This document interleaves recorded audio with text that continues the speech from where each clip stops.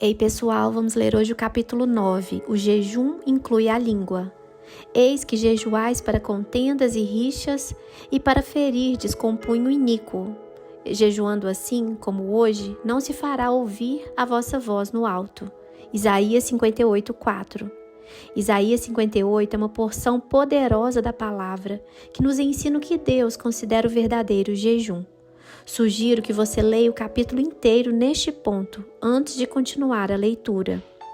É isso que você chama de jejum? Seria este o jejum que escolhi?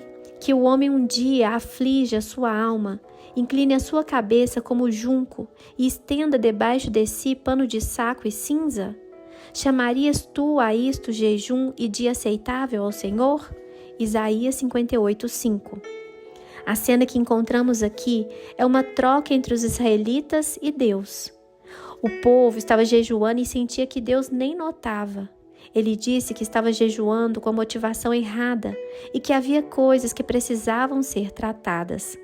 O verdadeiro jejum deve ser feito com o propósito de quebrar o poder da carne. Deve ser um tempo de oração especial no qual o povo busca a Deus de maneira mais intensa para alcançar vitória para si mesmo e para os outros. Meu propósito nesse capítulo não é ensinar todos os princípios do jejum de alimento, mas posso dizer-lhe que há várias maneiras de jejuar. Se você está começando um jejum por conta própria, ou se está sendo chamado por Deus para começar um, Ele o guiará nesse compromisso particular. Em Isaías 58, as pessoas estavam se abstendo de alimento, mas tinham perdido o foco real. Deus lhes disse que estavam jejuando pelo motivo errado e que aquele jejum não faria com que seus clamores fossem ouvidos. Nesse versículo, Deus pergunta: o verdadeiro jejum é meramente mecânico, apenas alguma coisa a ser feita como um exercício, sem nenhum significado real? Então, nos versículos 6 a 9, o Senhor compartilha com eles qual é o seu jejum escolhido. Liberte-se para libertar. Porventura não é este o jejum que escolhi? Que soltes as ligaduras da impiedade, desfaças as ataduras da servidão, deixes livres os oprimidos e despedace todo o jugo? Isaías 58:6.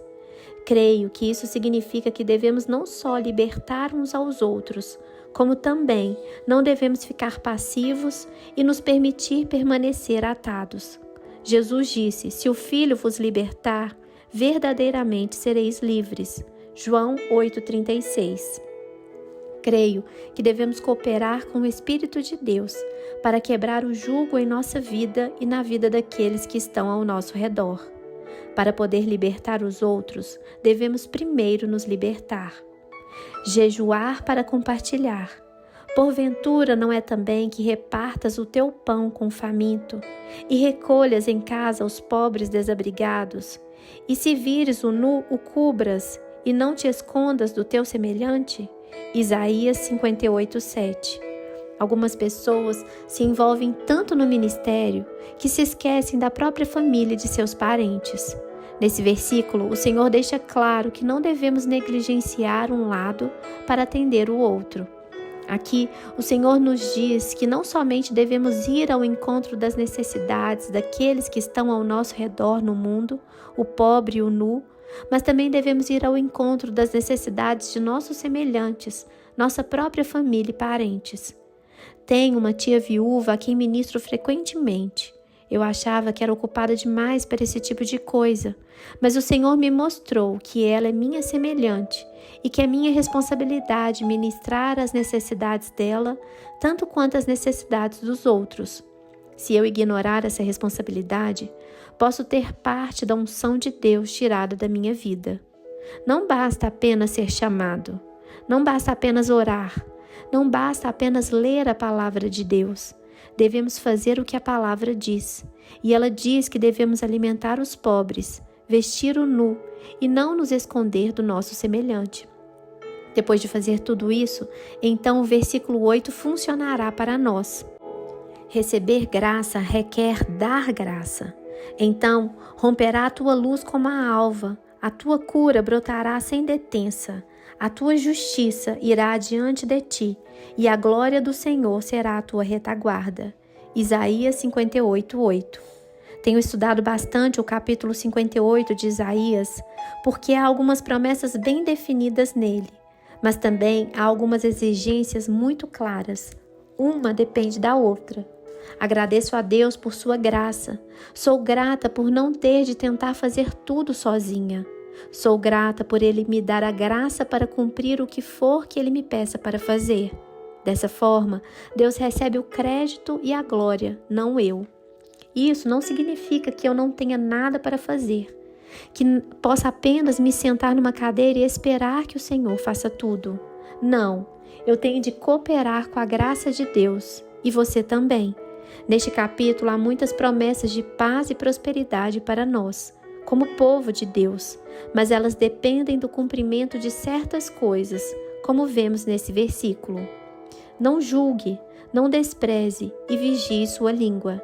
Então clamarás e o Senhor te responderá. Gritarás por socorro e Ele dirá, eis-me aqui. Se tirares do meio de ti o jugo, o dedo que ameaça, o falar injurioso. Isaías 58:9. Se nossas orações não estão sendo ouvidas, pode ser que não estejamos fazendo o que Deus nos disse claramente para fazer. E uma delas é tirar do meio de nós o jugo e o dedo que ameaça. Isso é julgamento. Quando você e eu pararmos de julgar uns aos outros, as coisas começarão a melhorar em nossa vida. Também devemos parar de falar falso, áspera, injusta e malignamente. A versão King James desse versículo traduz essa última frase como falar coisas vãs. O que é falar em vão? É a conversa inútil e sem sentido. Se não tiver cuidado, posso ser culpada de falar coisas vãs. Posso começar a falar e não parar mais. Às vezes, em minha vida pessoal e em meu ministério, falo desde a hora em que me levanto até quando vou dormir. Há momentos em que já falei tanto que fico enjoada e de cabeça quente. Fico mental e fisicamente exausta. Sabe o que o Senhor me disse sobre isso? Ele disse, a razão de estar tão cansado o tempo todo é porque você fala demais. Então, fiz o que esse versículo diz e aprendi a controlar a minha fala. Como ministra do Evangelho, fui chamada para o serviço de Sua Majestade, o Rei. Como embaixadora real, as pessoas exigem e esperam que eu exerça um controle cuidadoso sobre minhas palavras. O mesmo é verdade para você e para todos os que servem o Senhor. Abençoe, não amaldiçoe.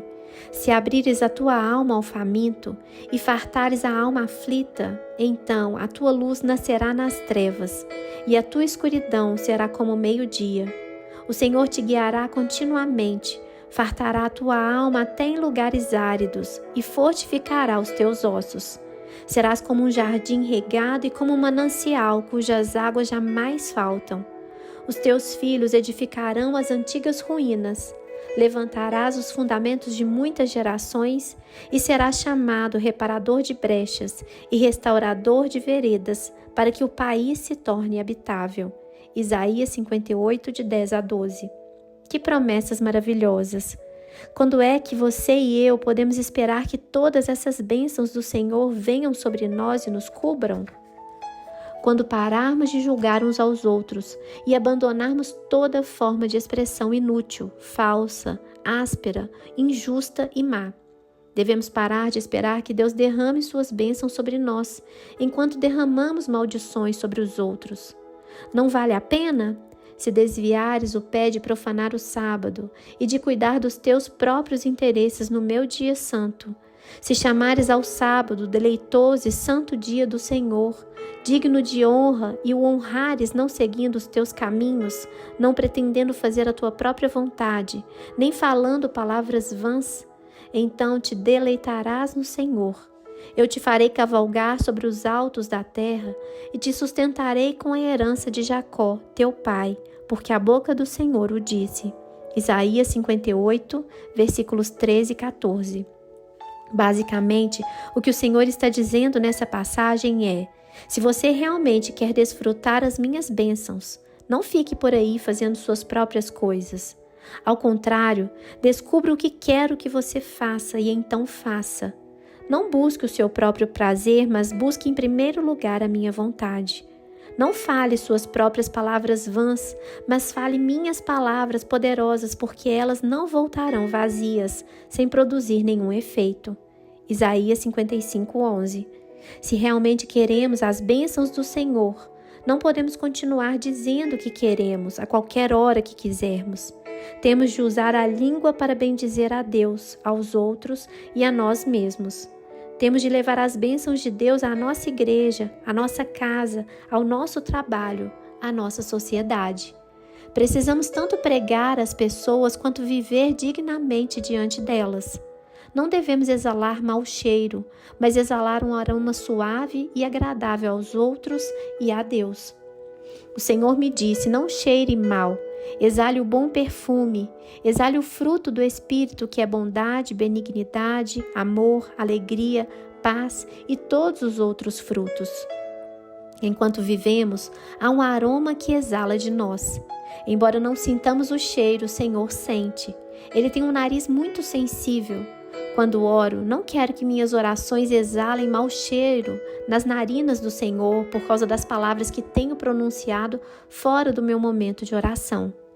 A Bíblia diz que Deus conhece cada palavra que ainda não foi pronunciada por nossos lábios.